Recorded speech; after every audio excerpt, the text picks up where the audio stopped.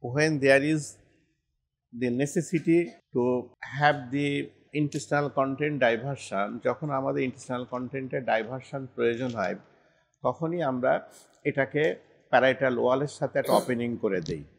That opening is stroma.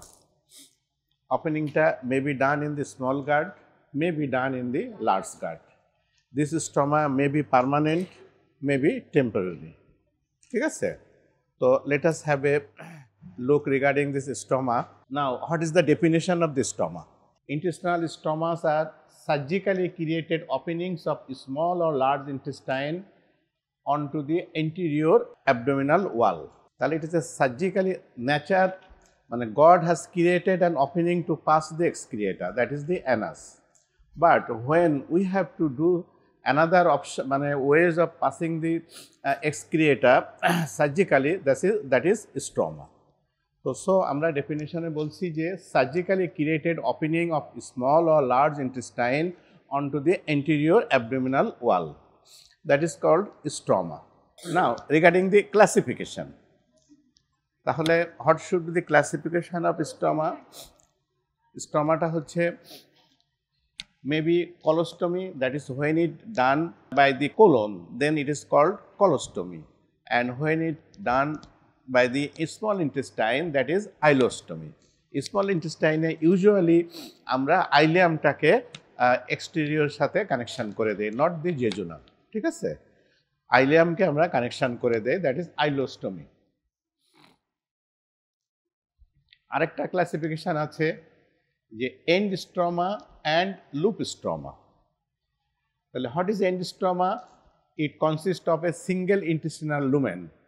যে beyond this stroma there is no মানে intestine to operate, ঠিক আছে? এটা ইন্ডিকেট করছে যে end stroma বলতে আমরা যেখানে স্টমাটা এন্ড করে দিয়েছি, বের করে দিয়েছি, ওর ডিস্টাল পার্টটা ইজ নট নাও ফাংশনিং, ঠিক আছে? somehow we make it non-functioning. That is why we are calling it end stroma. আরেকটা হচ্ছে কি loop stroma. loop stroma হলো কি যে ইন্টেস্টাইনের একটা পার্টকে আমরা বাইরে বের করে নিয়ে এসেছি, নিয়ে ওখানে ফিক্সড করে দিয়ে ওপেন করে দিয়েছি, that both end is afferent and efferent, both pathways is active. That is why it is called loop stroma. Clear? তাহলে কলোস্টমি, আইলোস্টমি, আরেকটা ক্লাসিফিকেশন হলো এন্ড স্ট্রমা অ্যান্ড লুপ স্ট্রমা। এন্ড স্ট্রমাটা কিন্তু এটা মনে রাখবা যে যে জায়গায় আমরা স্ট্রমাটা করেছি ওর ডিস্টাল যে পোর্শনটা আছে গাটের লস হয়ে যায়নি, it make non functioning temporarily or maybe permanently, দুটো যেটাই হোক না কেন, বাট এটাকে ওয়ার্কলেস করে রাখা হয়েছে, ঠিক আছে?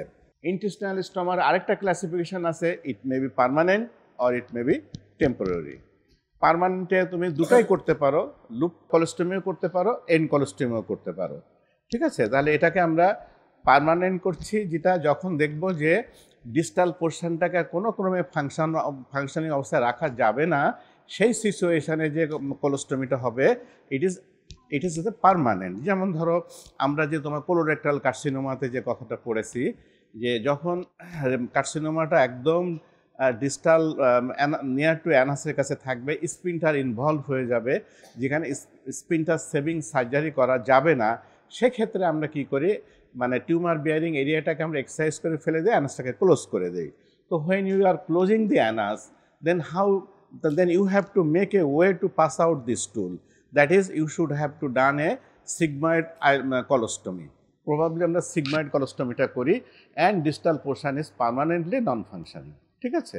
আর টেম্পোরারিটা কখন করছি, যে ফর দি টাইম বিং আমরা একটা আইলোস্টমি করে রাখলাম, সে হয়তো দেখা গেল যে ডিস্টাল সিগময়েড কোলনে একটা ট্রমা হয়েছে, আর ডিস্টাল সিগময়েড কোলনে বা প্রক্সিমাল সিগময়েড কোলনে একটা গ্রোথ আছে, সে গ্রোথটাকে এক্সারসাইজ করে এন্ড টু এন্ড অ্যানাস্টোমোসিস করতে হবে। This is the idea. But এক সিটিংয়ে আমরা এন্ড টু এন্ড মানে অ্যানাস্টোমোসিস কোলনে ইউজুয়ালি করি না, আমরা সেখানে একটা কলোস্টমি করে রেখে দেই, ডিস্টাল এন্ডটাকে ক্লোজ করে নন ফাংশন করে রেখে দেওয়া হয়।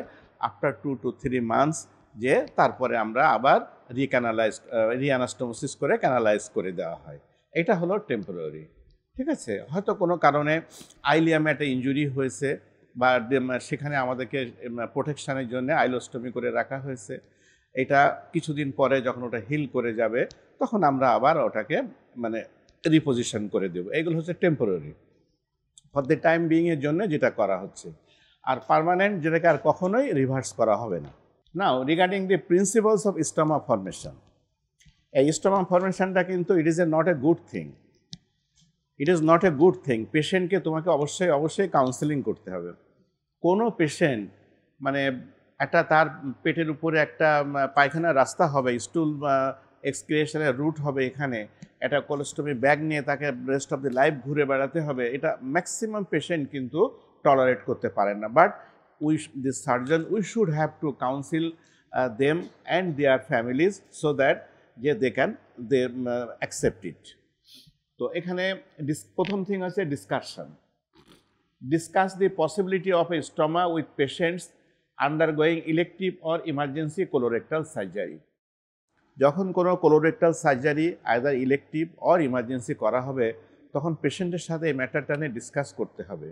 তুমি যদি অ্যাজিউম করে থাকো যে না ইউ হ্যাভ প্রাইমারি অ্যানাস্টোমোসিস করে রেখে আসতে পারবা, still then you have to have a counselling that there may be some unwanted situation where we have to do a temporary colostomy. ঠিক আছে, এই কথাটাও তাকে বলে নিতে হবে, না হলে সাডেনলি সে পেশেন্ট টেবিলে উঠেছে with an idea that with an hope that I will be all right, say anaesthesia recovery পরে দেখলো যে এখানে একটা ব্যাগ ঝোলানো রয়েছে, এখান দিয়ে স্টুল পাস করছে, সে কিন্তু সাডেনলি সাইকোলজিক্যাল ট্রমাতে পড়বে। So we should have two council them for any operations in the colon.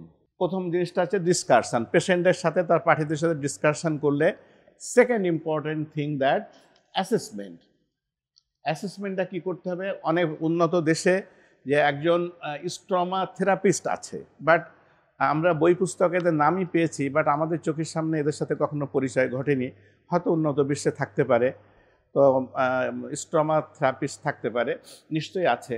তারা এই কাজটা করবে, ডিসকাশন, তারা মানে অ্যাসেসমেন্টটা করবে, that is which site is suitable to perform the stoma, এবং assess the patient pre operatively on lying down, sitting and standing. এই তিনটা পজিশনে পেশেন্টকে before going to stoma you have to assess the side.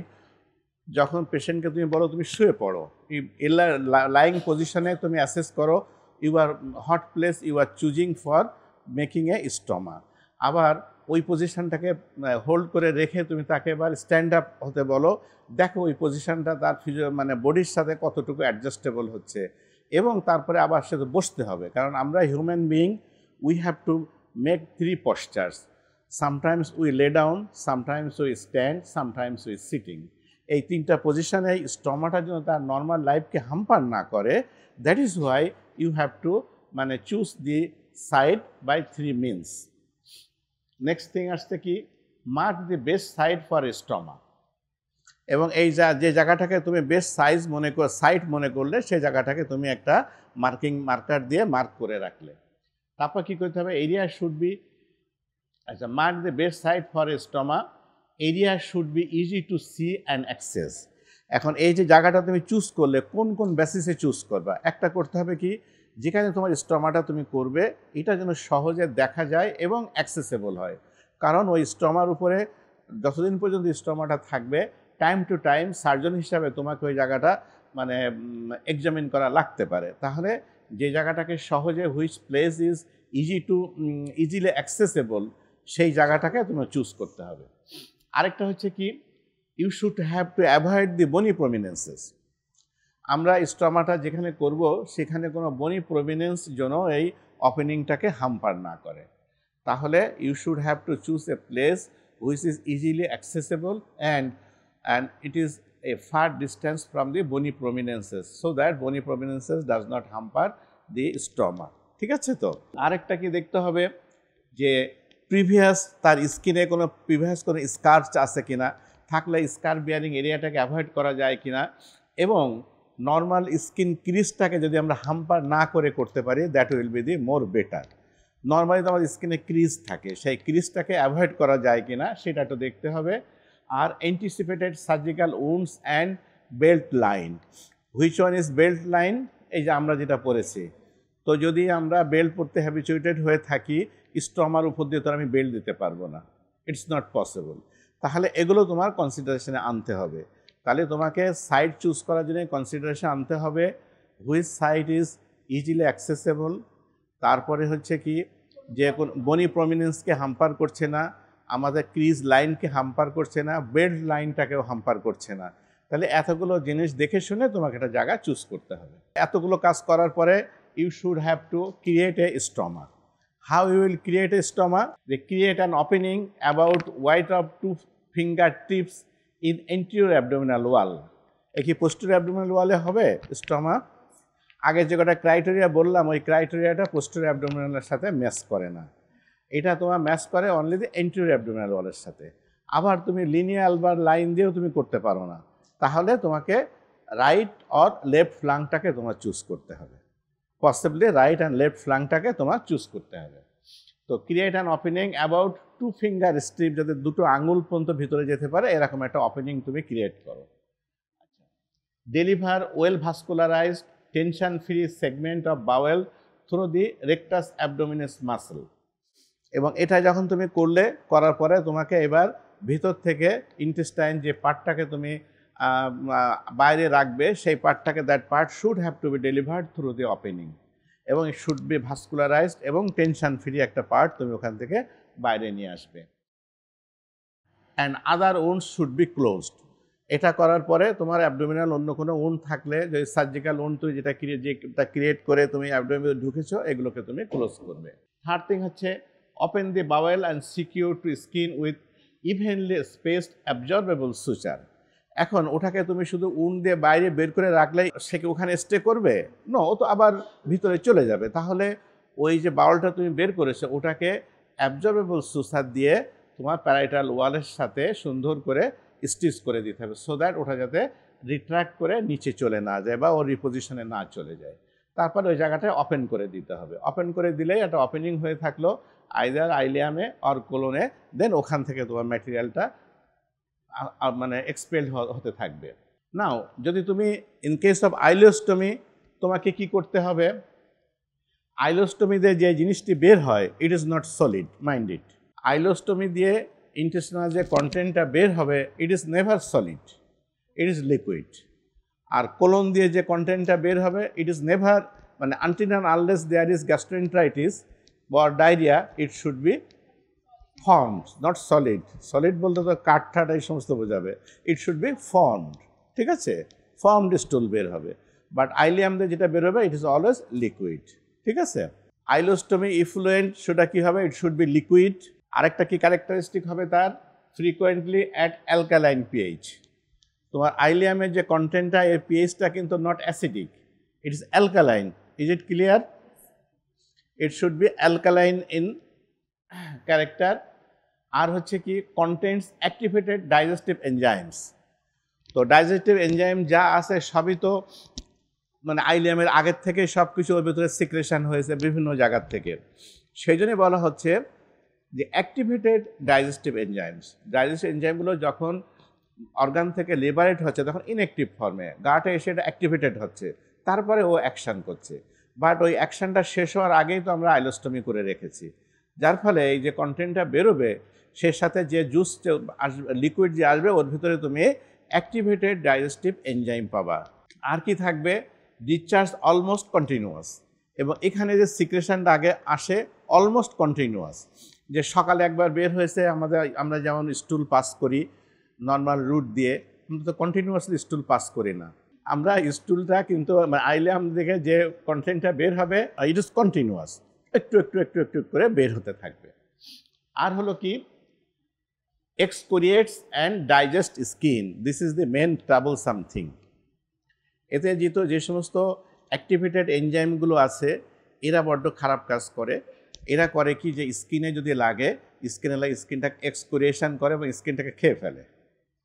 Pancreatic enzyme তো activated pancreatic enzyme যেখানে লাগবে সেই জায়গা তো খেয়ে ফেলবে, তো সেখানে স্কিনে এক্সকোরিয়েশন হয় এবং ডাইজেস্ট করে ফেলে। তো it is the main problem for ileostomy.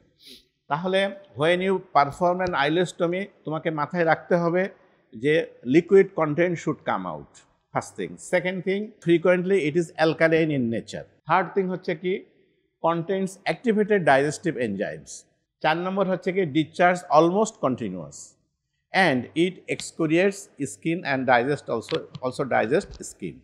তাহলে এই কয়টা পয়েন্ট তোমার মাথায় রাখতে হবে যখন তুমি একটা পেশেন্টকে আইলোস্টমি করে দিচ্ছ।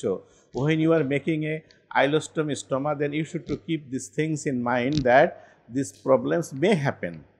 যদি তোমার এটা নলেজে থাকে, then you should have to counsel the patient that such problems may arise and তোমার পক্ষে যেটুকু সলভ করে দেওয়ার দরকার, that have to be solved.